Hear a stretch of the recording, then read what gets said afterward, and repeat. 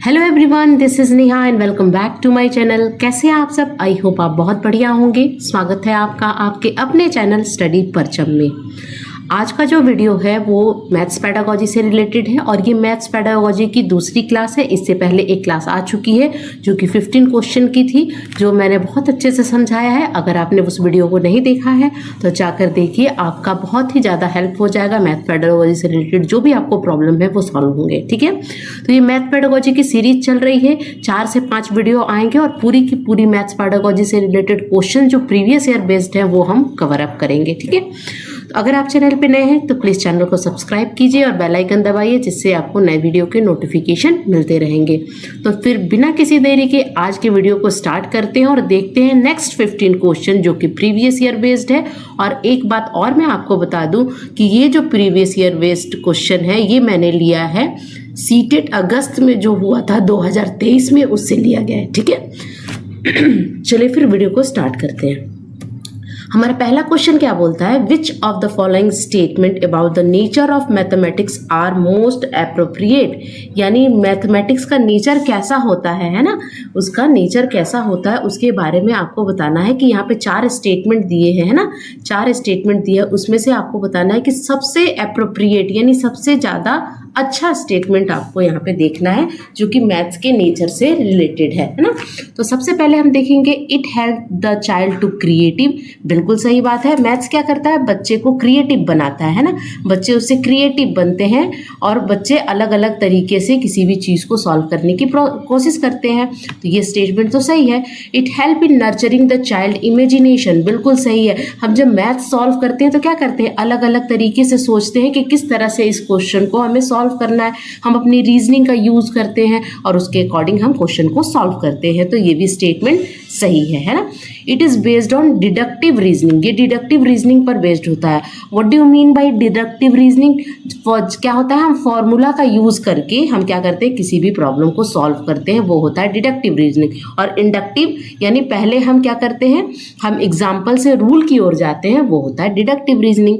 तो inductive deductive मैंने पढ़ाया है, आप वीडियो में आप प्लेलिस्ट में जाइएगा, आपको उससे रिलेटेड वीडियो मिल जाएंगे। ठीक है, तो ये तीनों स्टेटमेंट मैथ्स के नेचर से बहुत ज़्यादा कनेक्ट करता है, तो ये तीनों स्टेटमेंट सही होंगे। इट इज़ ऑलवेज कन्वर्जेंट, ये हमेशा कन्वर्जेंट होता है, ये कहना गलत है। तो जिस स्टेटमेंट में ए बी एंड सी तीनों होगा जिस ऑप्शन में, वो आपका आंसर सही होगा। तो आपका यहाँ पे पहला ही जो ऑप्शन है, option number 1, A B and C तीनों जो है वो मैथ्स के नेचर को सूट करता है और ये आपका करेक्ट आंसर हो जाएगा। चलिए नेक्स्ट क्वेश्चन की ओर बढ़ते हैं। हमारा नेक्स्ट क्वेश्चन क्या है वो हम देखेंगे।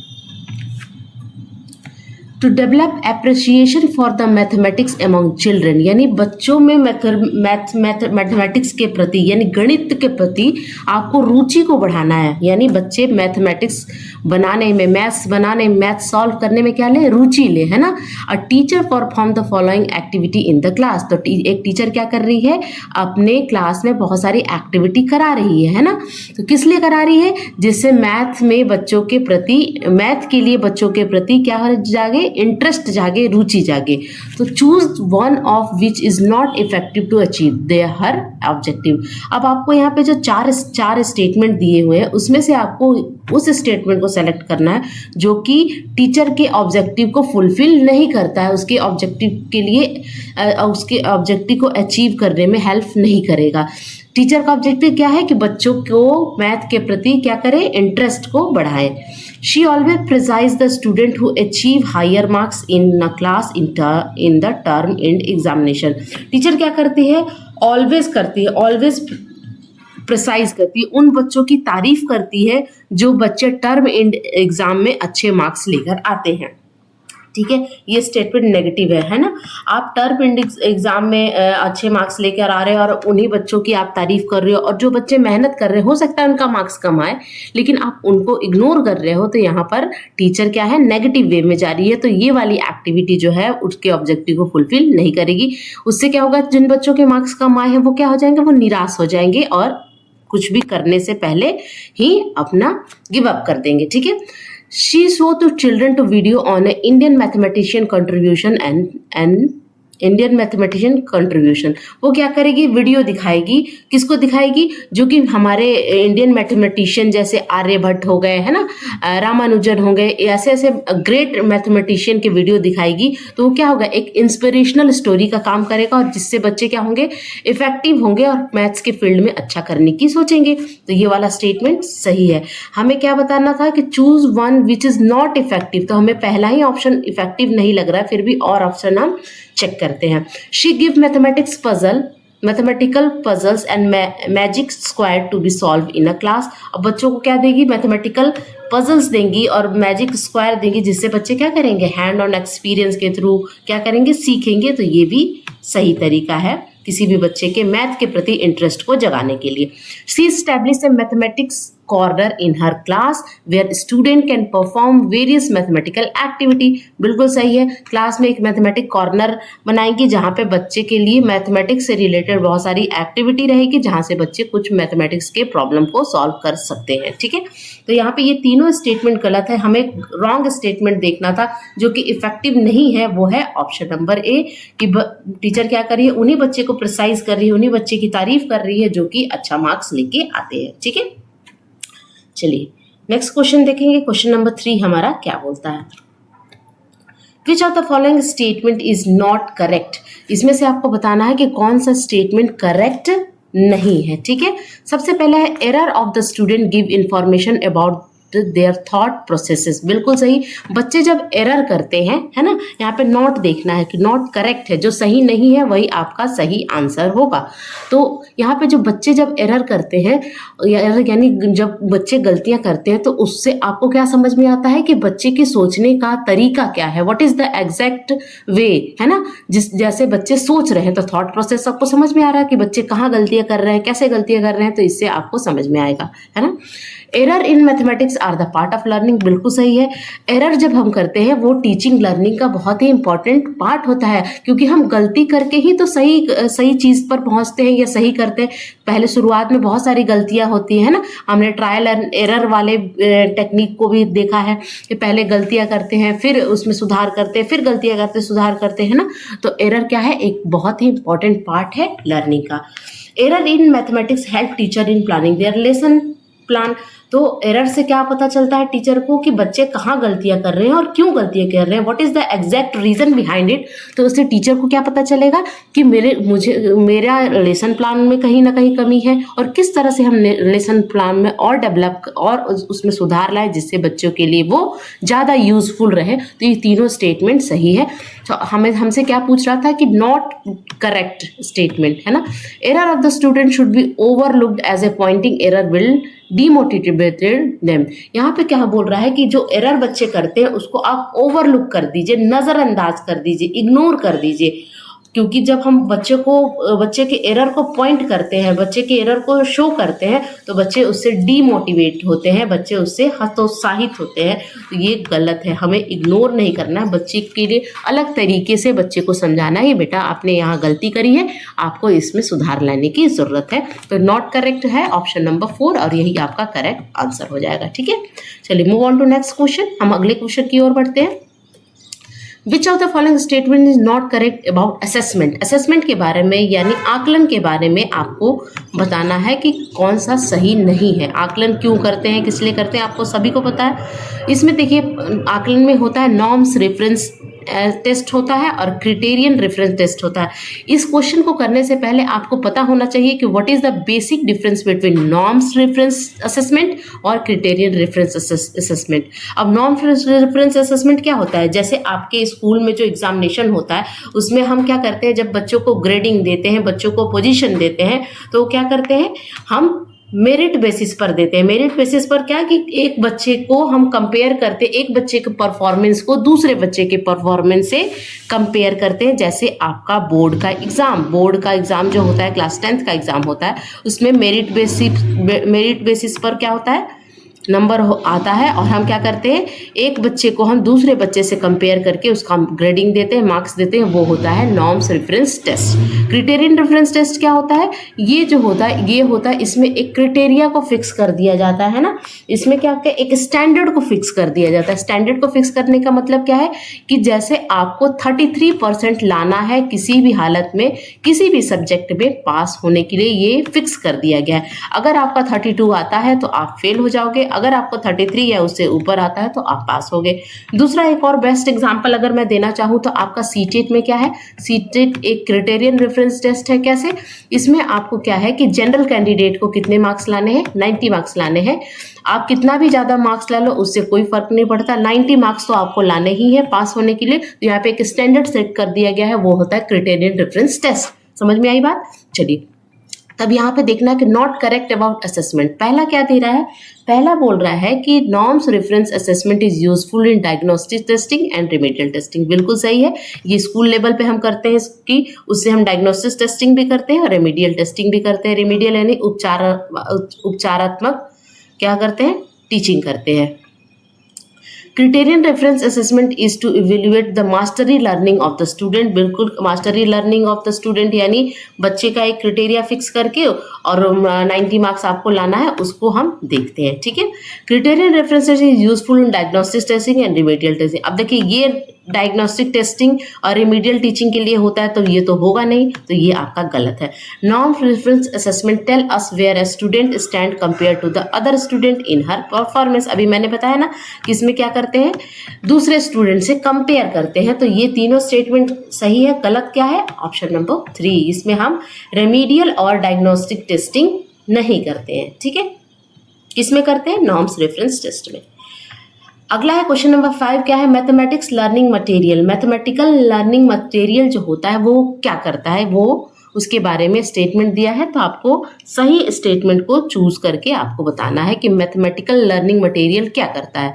Help teacher in demonstrating the formula. Teacher को हेल्प तो करता है डिमॉन्स्ट्रेटिंग करने के लिए, लेकिन फॉर्मूले का डिमॉन्स्ट्रेटिंग करने के लिए इसके लिए नहीं होता। Help student in self learning. बिल्कुल ये बच्चे इससे क्या कर सकते हैं, मटेरियल के थ्रू सेल्फ लर्निंग कर सकते हैं, खुद से सीख सकते हैं। Help teacher in providing instruction, ये गलत होगा। Develop learning environment in a class, ये सही होगा। अब देखिए, आप इस यहाँ पर क्या करना है, एलिमिनेशन टेक्निक देखना है। अब यहाँ पर किसी भी ऑप्शन में आपको चारों करेक्ट नहीं बता रहा है या 3 करेक्ट नहीं बता रहा है, तो आपको वही सेलेक्ट करना है जो कि जिसमें कोई दो ही ऑप्शन जो है इसमें जो सही होगा, क्योंकि यहाँ पे चारों ऑप्शन में दो ही सही दिखा रहा है। तो आपको क्या देखना है, सबसे पहले देखना है कि जो स्टूडेंट के लिए ज़्यादा यूजफुल है ना, जो चाइल्ड सेंटर, जो स्टूडेंट सेंटर पर फोकस करता है, तो option B and option D किसके लिए है, स्टूडेंट के लिए। और option A and option C किसके लिए बात कर रहा है, टीचर के लिए बात कर रहा है। तो वो ऑप्शन आपका हमेशा बेटर माना जाएगा जो कि स्टूडेंट या चाइल्ड के लिए होता है। तो यहाँ पे क्या है, help student in self learning, develop learning environment in a class, ये दोनों किसके लिए है, बच्चे के लिए है। तो जिस ऑप्शन में बी एंड डी होगा वही आपका सही होगा, और ऑप्शन नंबर 3 यहाँ पे बी एंड डी यही आपका सही होगा। ठीक है, चलिए नेक्स्ट क्वेश्चन देखेंगे। क्वेश्चन नंबर 6 हमसे क्या बोलता है वो हम देखते हैं।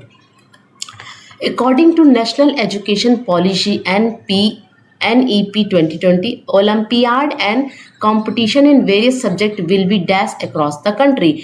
यानी NEP क्या बोलता है 2020, जो ओलंपियाड होता है, जैसे मैथ्स के ओलंपियाड होते हैं, साइंस के ओलंपियाड होते हैं, और जो कंपटीशन होता है अलग अलग सब्जेक्ट का, उसको हमें क्या करना चाहिए। क्या हमें उसको बहुत ईजी सरल बना देना चाहिए, और पहला ऑप्शन बोल रहा है क्या उसको बहुत मजबूत बनाना है हमें, क्या उसको डिस्करेज करना है, हतोत्साहित करना है, या उसको कम करना है। आपको कौन सा बेटर ऑप्शन लग रहा है, आप बताइए। देखिए यहाँ पे क्या है कि देखिए ओलंपियाड और कंपटीशन से बच्चे क्या होते हैं, बच्चे एक्टिव होते हैं, ज़्यादा पढ़ने के लिए उत्सुक होते हैं, इंटरेस्ट जगता है। तो उसको आपको क्या करना है, मजबूत बनाना है, स्ट्रेंथन करना है ना, इजी नहीं बताना है। तो option number 2 will be the correct answer. ठीक है, चलिए नेक्स्ट देखते हैं। Concept like more less, long short, far near, big, small, etc। अब देखिए स्टार्टिंग फेज जब बच्चे मैथमेटिक्स पढ़ना स्टार्ट करते हैं या प्री प्राइमरी लेवल हो या क्लास 1 हो, तो उसमें सबसे पहले बच्चों को क्या दिखाया जाता है, 2 फिगर दिया रहता है। मान लीजिए कि 2 फिगर दिया हुआ है, 2 सर्कल का फिगर है ना, तो एक में बताया जाता है कि ये है स्मॉल है, ये बिग है। शॉर्ट लॉन्ग का दिया रहता है, एक छोटा एक बड़ा। इस तरह से फिगर के थ्रू पढ़ाना स्टार्ट करते हैं, उसके बाद हम नंबर पर जाते हैं। तो एग्जैक्टली ये है क्या, वर्ग term in comparison, anatomy, not necessary for learning mathematics, simply English language, adjective, या important in pre number concept. तो ये क्या है, प्री नंबर कॉन्सेप्ट है, यानी बच्चों को नंबर को इंट्रोड्यूस कराने से पहले इन सब चीज़ों को हम पढ़ाते हैं कि बड़ा छोटा कौन है, ज़्यादा कम कौन है, दूर कौन है, पास कौन है, बड़ा कौन है, छोटा कौन है ना, लंबा कौन है, शॉर्ट कौन है। इन सब चीज़ों का कॉन्सेप्ट को हम इंट्रोड्यूस कराते हैं स्टार्टिंग फेज में, है ना। तो option number 4 will be the correct answer. Question number 8 देखते हैं हमारा कौन सा हो, क्या है। According to the national curriculum framework 2005, यानी एनसीएफ 2005 की बात हो रही है यहाँ पे, classroom research have indicate a fairly systematic devaluation of girl as incapable of mastering mathematics even when they perform well in mathematics. यानी क्या एक रिसर्च में क्या पाया गया, एनसीएफ 2005 में बताया गया कि क्या बताया गया कि जो लड़कियां होती हैं ना वो मैथमेटिक्स में अच्छी होती है, लेकिन ये माना जाता है जनरली कि लड़कियां मैथमेटिक्स में अच्छा नहीं कर पाती हैं, है ना, incapable of mastering mathematics even with they perform well. ये माना जाता है कि लड़कियां मैथमेटिक्स में तो अच्छा कर रही हैं, लेकिन ये इस तरह की अवधारणा बन गई है कि लड़कियां मैथमेटिक्स में अच्छा परफॉर्म नहीं कर पाती हैं, मास्टरी नहीं हो पाती है, यानी उस पर निपुण नहीं हो पाती है। ऐसा क्यों है, इस रिसर्च में ऐसा क्यों पाया गया और इसका एग्जैक्ट रीज़न क्या है, what is the most appropriate reason for this. इस ये अवधारणा जो बनी आ रही है ये क्यों है ना। जबकि आपने देखा होगा कि बहुत सारी लड़कियों ने बहुत अच्छा परफॉर्मेंस दिया है मैथ्स में, तो ऐसा क्यों सोचा जाता है कि लड़कियां जो है वो मैथ्स नहीं सॉल्व कर सकती हैं, मैथ्स में नई टेक्निक का यूज़ नहीं कर सकती हैं, और लड़के जो है वो अच्छा कर पाते हैं मैथ्स में। सबसे पहले ऑप्शन क्या बोल रहा है, poor performance of girls in mathematics is due to the fear of mathematics prevalent in them. ये गलत है कि बच्चे लड़कियों में मैथमेटिक्स में पुअर परफॉर्मेंस इसलिए होता है क्योंकि उनके मन में डर रहता है पहले से ही। ये गलत है। Mathematics bye it's nature A male dominant subject, बिल्कुल नहीं, सब्जेक्ट कोई भी मेल और फीमेल डोमिनेंट नहीं होता है ना। Gender construction of society had led to the believe that boy use more innovative strategy for the problem solving and thus have the better conception understanding। यानी ये क्या है, जेंडर कंस्ट्रक्शन है, जो हमारी सोसाइटी ने इस तरह की अवधारणा बना दी है कि जो लड़के होते हैं वो अच्छा कर पाते हैं मैथ्स में, अच्छी इनोवेटिव यानी नए नए तरीके स्ट्रैटेजी को यूज़ करके प्रॉब्लम को सॉल्व करते हैं, और लड़कियां नहीं कर पाती हैं। इसलिए इस तरह की अवधारणा बन गई है और कि लड़कियां मैथ्स में अच्छा नहीं कर सकती हैं, इसीलिए ऑप्शन नंबर 3 यहाँ पे करेक्ट आंसर होगा। Mathematical ability in a boy are innate, ये गलत है कि वो जन्म से ही मैथ्स में निपुण होते हैं और आर्यभट्ट और रामानुजन बन के निकलते हैं, ये गलत बात है। ठीक है, चलिए क्वेश्चन नंबर 8-9 देखेंगे हमारा। Classroom researcher has shown that most of the students find mathematics more difficult than the other subject they study in a same classroom। Classroom researcher ने क्या पाया है कि बहुत सारे जो स्टूडेंट हैं क्या कह रहे हैं, most of the student find mathematics more difficult, उन्हें मैथमेटिक्स ज़्यादा कठिन लगता है कंपेयर टू अदर सब्जेक्ट। दूसरे सब्जेक्ट की तुलना में बच्चों को मैथमेटिक्स से डर लगता है, मैथमेटिक्स उनको ज़्यादा टफ लगता है। ऐसा क्यों है ना। Same study in a same class, which of the following aspect of nature of mathematics add to this fear. अब ये जो फियर का, ये डर का जो कारण है वो क्यों है ना, वो हम देखेंगे। Vast knowledge of base of mathematics, ये तो नहीं होगा। Scope of multiple answer to a given question in mathematics, scope of number of different method to solve a problem in a mathematics. अब और चौथा है abstract nature of primary concept in a mathematics. तो यहाँ पे सबसे better option जो है वो ऑप्शन नंबर 4 है। कैसे है? मैथमेटिक्स में क्या है, मैथमेटिक्स का जो नेचर है वो एब्स्ट्रैक्ट नेचर है। एब्स्ट्रैक्ट नेचर का मतलब क्या होता है कि आपको इमेजिनेशन लगाना पड़ता है, अमूर्त है ना, वहाँ पे आपको थिंकिंग लगानी पड़ती है ना, जो चीज़ें आपके सामने नहीं है फिर भी उन चीज़ों के बारे में आपको सोचना पड़ता है, विचारना पड़ता है, उसके बाद आप मैथ्स को सॉल्व कर पाते हो। तो इसी कारण जो ये मैथमेटिक्स है ना वो डिफिकल्ट लगता है अदर सब्जेक्ट की तुलना में। ठीक है, चलिए अगला क्वेश्चन देखेंगे। क्वेश्चन नंबर 10 क्या बोलता है हमसे? विच of the following has work in the field of mathematics astronomy, यानी गणितीय खगोल विज्ञान में किस व्यक्ति ने काम किया। यहाँ पे बहुत सारे व्यक्ति, 4-5 व्यक्तियों के नाम दिए गए हैं जो कि अपने अपने फील्ड में इन्होंने बहुत अच्छा काम किया। तो उसमें से खगोलिक विज्ञान में यानी एस्ट्रोनॉमी में किसने सबसे पहले काम किया या किसने काम किया? तो सबसे पहला ही नाम यहाँ पे होगा आर्यभट्ट, है ना। आर्यभट्ट ने खगोल विज्ञान में बहुत ही अच्छा काम किया और उन्होंने ही क्या दिया था, किस नंबर का कॉन्सेप्ट दिया था? 0 का कॉन्सेप्ट उन्होंने दिया था। ठीक है ना, तो आर्यभट्ट नाम होगा जिन्होंने एस्ट्रोनॉमी में काम किया। रामानुजन ग्रेट मैथमेटिशियन है, सभी ने जानते हैं। और आपको एक कमेंट सेक्शन में मेंशन करना है कि ग्रेट मैथमेटिशियन लेडी थी जिन पर एक मूवी भी आई थी, है ना, विद्या बालन ने उनका रोल किया था। तो उन जो लेडी मैथमेटिशियन हैं, जो वीमेन हैं, है ना, उनका नाम आपको कमेंट सेक्शन में मेंशन करना है कि वो कौन थी जो जिनका कैलकुलेशन पावर बहुत ही फास्ट था। ठीक है, चलिए नेक्स्ट देखते हैं। Question number 11, A vegetable seller was selling spinach for ₹60 per kg। एक वेजिटेबल सेलर है, एक सब्जी बेचने वाला है जिसने क्या किया, स्पिनच यानी पालक की साग को बेच रहा है। कैसे बेच रहा है? 60 रुपये प्रति केजी के, यानी 1 केजी का दाम कितना है? 60 केजी है। Sonu purchase 350 gram of spinach for which the vegetable seller took ₹21। अब 21 क्या हुआ कि एक सोनू नाम का बच्चा है, उसने कितना पालक लिया? एक केजी पालक का कितना दाम है? 1 केजी पालक का क्या दाम है? 1 केजी पालक का दाम है 60 रुपीज़। ठीक है, ये गिवन है। ठीक है, और सोनू नाम का बच्चा है, यानी कि वो 1 केजी में कितने ग्राम होते हैं आपको पता होगा? 1000 ग्राम होता है। ठीक है, तो 1000 ग्राम का 60 रुपीज़ है।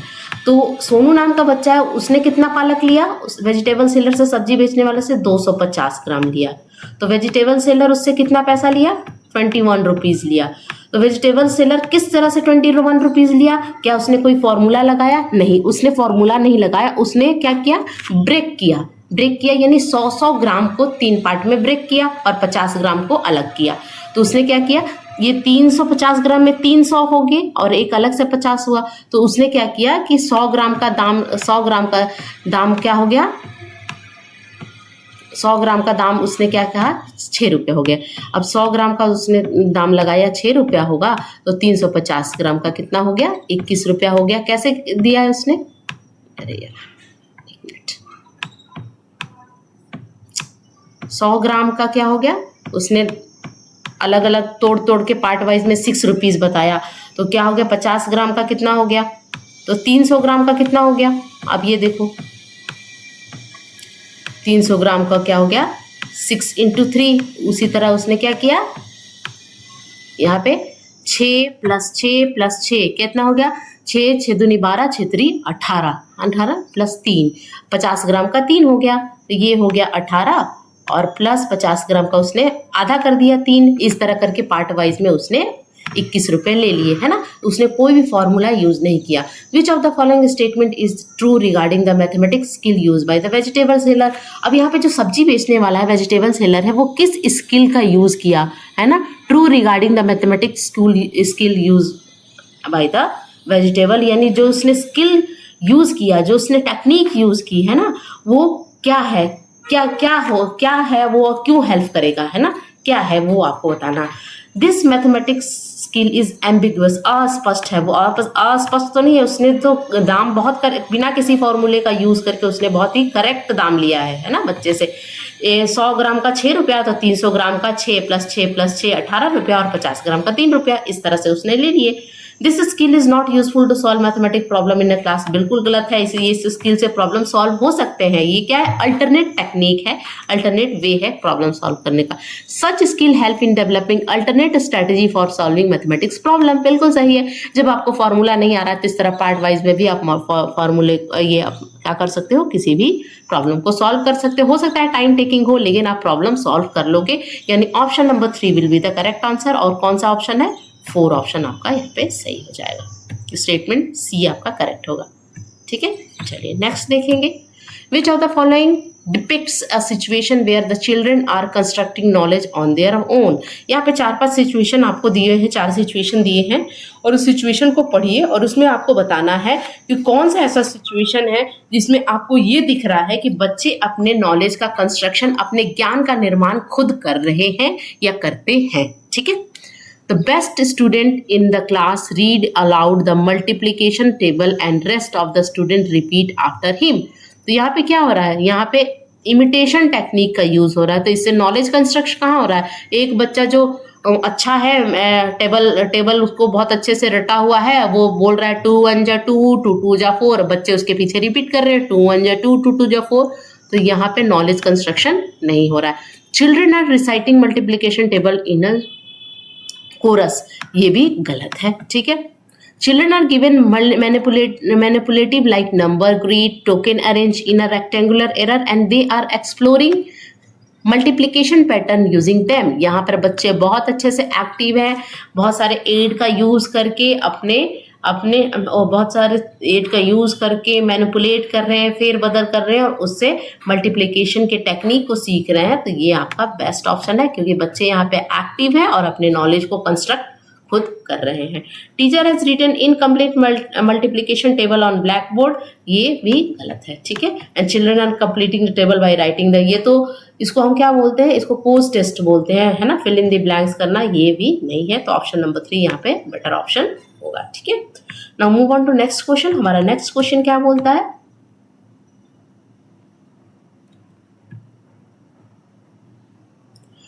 which of the following is most appropriate way to help a primary school learner visualize the equivalence between the fraction 64, यानी कौन सा ऐसा 64 है ना, कौन सा ऐसा टेक्निक और मोस्ट अप्रोप्रिएट वे होगा जिससे बच्चे क्या कर सकेंगे, क्या करेंगे, fraction equivalence between the fraction 64, है ना। यहाँ पर कुछ इनकम्प्लीट है ना, यहाँ पे कुछ इनकम्प्लीट है, यहाँ पे 2 फ्रैक्शन दिया होगा, उसके थ्रू आपको बताना होगा कि दोनों में से कौन इक्विवेलेंट होगा। यहाँ पे 2 ऑप्शन दिया होगा, तो मान लीजिए कि 6/4 है होगा और भी एक कोई दिया होगा जिससे आपको बताना होगा 2/3 कुछ भी होगा यहाँ पर। तो उसके थ्रू आपको बताना है कि कौन से टेक्निक से बच्चे ना क्या कर पाएंगे, दोनों फ्रैक्शन को इक्विवेलेंट शो कर पाएंगे। तो पहला ऑप्शन क्या है, यूजिंग डिवीजन मेथड 3 2 एंड, देखिए यहाँ पर भी इनकम्प्लीट है, टाइपिंग एरर है, इसके लिए सॉरी। चलिए, using LCM list common multiple method, ये भी नहीं हेल्पफुल करेगा। यूज फ्रैक्शनल डाइस, ये सही है, फ्रैक्शनल डाइस का यूज करके बच्चे फ्रैक्शनल इक्विवेलेंस को दिखा सकते हैं, है ना। और यूजिंग कैलकुलेशन, इस क्वेश्चन को मैं अगले क्लास में बढ़िया से डिस्क्राइब कर दूंगी कि क्या था वो क्वेश्चन, है ना, क्योंकि ये इनकम्प्लीट है। तो यहाँ पे फ्रैक्शनल डाइस का ही यूज़ करके हम इक्विवेलेंस को बहुत अच्छे से शो कर सकते हैं, कैलकुलेटर यूज़ नहीं करना है। ठीक है, चलिए move on to question number 14। Question number 14 को हम एक बार देखते हैं। A teacher use role play method in a mathematics class, her aim is, टीचर क्या कर रही है, रोल प्ले मेथड का यूज कर रही है मैथमेटिक्स क्लास में। रोल प्ले का मतलब क्या होता है कि बच्चे रोल प्ले करते हैं, सामने खड़े हो जाते हैं। मान लीजिए कि ट्री, एक बिग ट्री है, एक स्मॉल ट्री है, एक बच्चा स्मॉल ट्री बन गया, एक बच्चा बिग ट्री बन गया, इस तरह से बच्चे बातें करेंगे, है ना, रोल प्ले करते हैं। तो टीचर का एम क्या है ये रोल प्ले कराने का, स्टूडेंट को बिजी रखना, कीपिंग स्टूडेंट बिजी, ये गलत है। प्रोजेक्टिंग आइडिया, किसी आइडिया को वो समझाना चाहती है, बिल्कुल सही है। एंटरटेनिंग चिल्ड्रन, चिल्ड्रन को एंटरटेन नहीं करना है, मेंटेन डिसिप्लिन, ये भी नहीं है। टीचर का मेन एम है कि जिस आइडिया को, जिस चीज़ को, जिस कॉन्सेप्ट को वो समझाने जा रही है उसके आइडिया को प्रोजेक्ट करना, यानी option number 2 will be the correct answer. Now move on to next question, जो कि आज का हमारा लास्ट क्वेश्चन है। क्वेश्चन नंबर 15 देखते हैं। Substituting play an important role in developing the number sense. Which of the following is an example of student demonstrating the skill of substituting? Substituting का मतलब होता है उप करना, है ना? तो उसमें से कौन सी टेक्निक जो होगी वो बेटर मानी जाएगी, है ना, स्टूडेंट डेमोन्स्ट्रेशन स्किल के लिए? Student recognise the number 6 as 1 added to student recognise the number 6 as 1 added to the 5. यानी बच्चे कैसे समझेंगे कि जब 5 में 1 ऐड करेंगे तो वो 6 हो जाएगा, ठीक है? तो student rolls a dice and it is able to say it is a 4 without actually counting the dots. यानी यहाँ पर क्या है, यहाँ पे सब्सिटाइजिंग का मेन पर्पस होता है कि आपको काउंट किए बिना देखकर आप क्या कर सके, उसको बता सके. तो डाइस जब बच्चा फेंकेगा तो उसमें 4 आएगा, तो वो बच्चे को काउंट करने की ज़रूरत नहीं है, वो देख के ही बता देगा कि 4 है. ये टेक्निक सही है ना, स्किल अच्छे. Student recognise the number 4 as the number with 1 taken away from 5. ठीक है, तो कैसे 4 कैसे पहचानेगा? 5 से 1 हटा देंगे तो वो 4 हो जाएगा, ठीक है? तो ये भी टेक्निक सही नहीं है. Student recognise the number 5 as the successor of 4. यानी 4 में 1 बढ़ा देंगे तो वो 5 हो जाएगा. तो बेस्ट टेक्निक क्या है? बच्चे किसी भी क्या टूल का यूज़ करके सीखें, और ये है ऑप्शन नंबर 2 यहाँ पे करेक्ट हो जाएगा, ठीक है? तो ये थे आज के कुल 15 क्वेश्चन. आशा करती हूँ आपको क्वेश्चन सही लगे होंगे, अच्छे लगे होंगे. अगर अच्छा लगा होगा तो प्लीज़ लाइक कीजिएगा, शेयर कीजिएगा एंड सब्सक्राइब कीजिएगा. मिलती हूँ आपसे नेक्स्ट वीडियो में कुछ बेहतरीन 15 क्वेश्चन के साथ. तब तक के लिए thank you so much for watching. Bye.